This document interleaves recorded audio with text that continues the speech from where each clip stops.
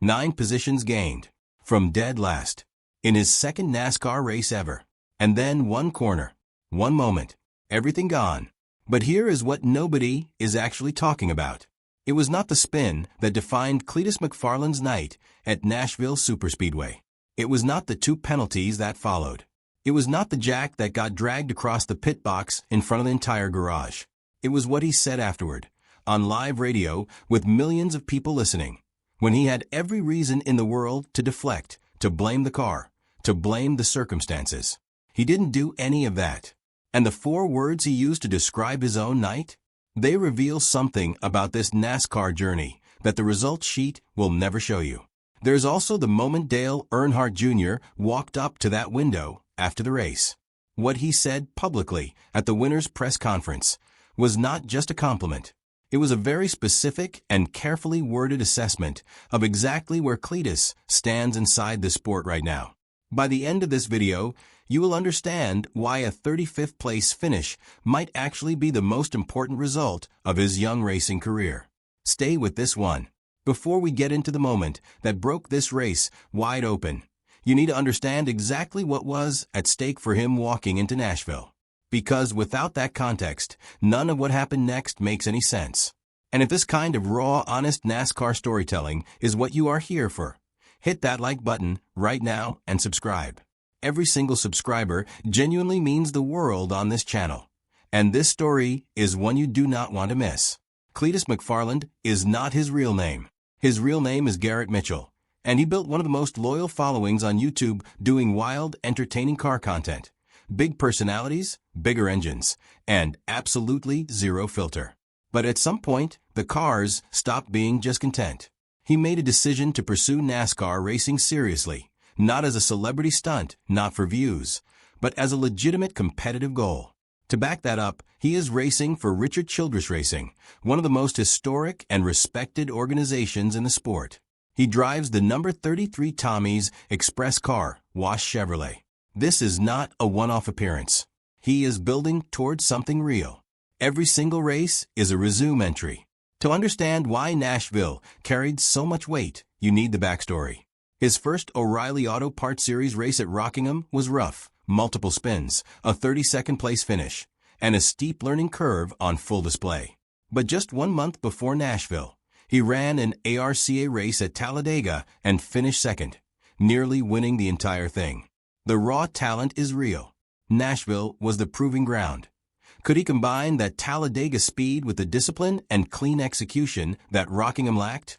The challenge got harder before the green flag even dropped. Qualifying was rained out, which meant Cleetus had to start dead last in 38th place. Most new drivers would mentally fold right there. He did not. The moment the green flag dropped, Cleetus went straight to work. He passed car after car and climbed from 38th all the way up to 29th. His RCR teammate Jesse Love was dominating the race, running out front with a massive lead. When Love ran Cleetus down near the end of the stage, instead of simply lapping him and driving away, he actually pushed Cleetus past another car. That is a teammate looking out for a teammate. In Cleetus's own words, "I had a great first stage. All we did was gain positions. It felt like we were passing guy after guy. Everything was going right. The lucky dog spot was right there for the taking." And then came turn 4.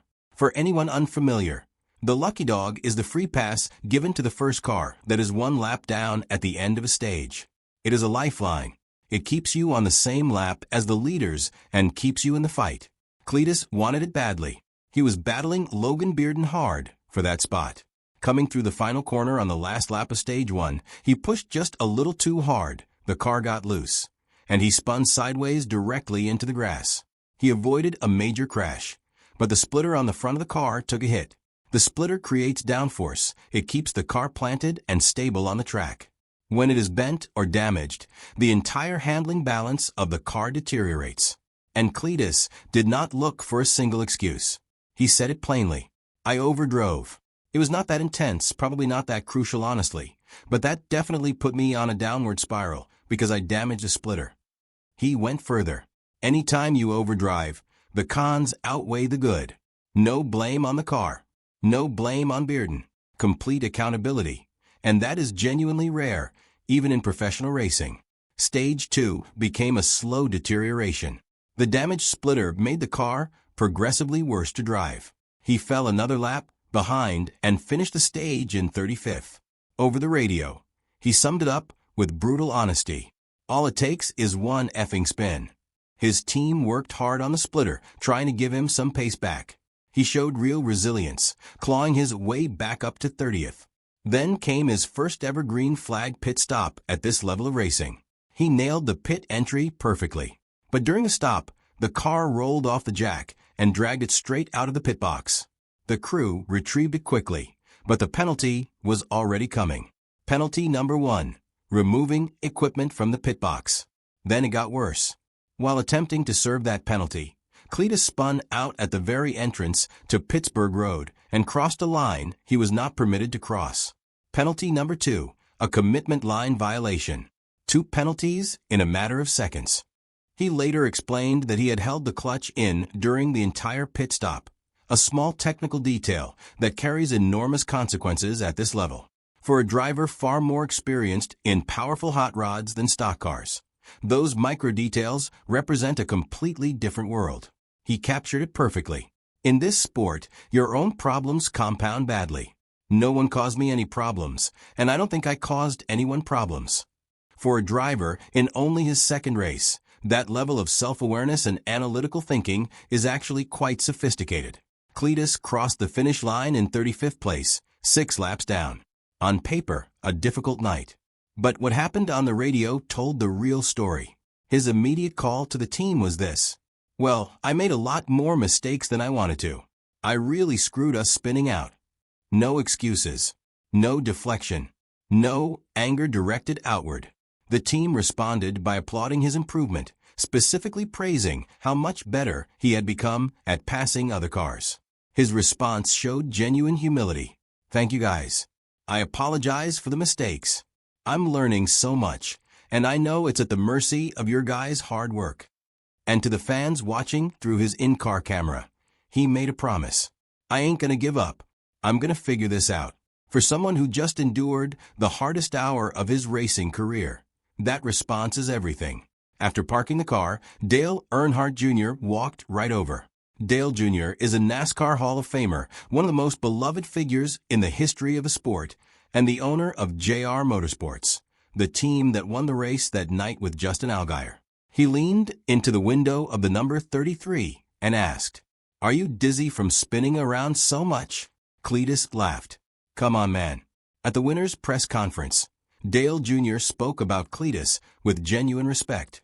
"He was way better tonight than he was at Rockingham, and he'll keep on getting better." He added, "He doesn't want to be the story for all the wrong reasons. He wants to come in, run his race, learn, get out of here without ruffling any feathers.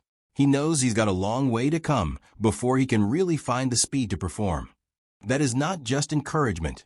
That is a NASCAR Hall of Famer publicly investing in someone's development. That relationship matters. When Cleetus climbed out and faced reporters, he was still smiling. He asked them directly, "I think it went better. What do you guys think?" Then he added, "I think the on-track part went a lot better, besides my one spin. Pittsburgh Road, however, I learned a lot, and the learning isn't slowing down." A 35th place finish. Smiling. Self-deprecating. Completely forward-looking. No victim mentality whatsoever. His next race comes on June 6th in the NASCAR Craftsman Truck Series at Michigan International Speedway, driving the number 4 Nice Motorsports Chevrolet Silverado. Michigan is a massive 2-mile high-speed oval, the biggest non-superspeedway track he has ever raced on. He believes the reduced horsepower of a Truck Series vehicle may actually give him more time to process and think at speed. More ARCA races are also on the horizon, and approval to compete on the larger O'Reilly Series tracks is still pending. His NASCAR education is very much in progress, and he is not running from any of it. Reframe the whole night. Yes, 35th place. Yes, 2 penalties. Yes, multiple spins. But Cleetus climbed 9 positions from dead last, showed genuine racercraft in Stage 1, accepted every single mistake with 0 excuses, earned a real conversation with Dale Earnhardt Jr., and had his own team praise his development. The central lesson he carried out of Nashville was simple and powerful. Anytime you overdrive, the cons outweigh the good. That truth applies far beyond racing. This story is worth following not because of whether he wins, but because of whether someone can take a completely new challenge seriously enough to truly get good at it, and do it with humility, humor, and complete accountability the entire way through.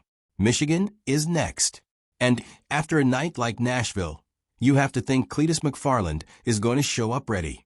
If you have made it this far, thank you. This channel is brand new and genuinely working toward 1,000 subscribers. Every like and every subscription is not just a number. It directly helps this channel grow and keep bringing you honest, detailed NASCAR breakdowns like this one. If you enjoyed this, please hit like and subscribe. It costs nothing and means everything.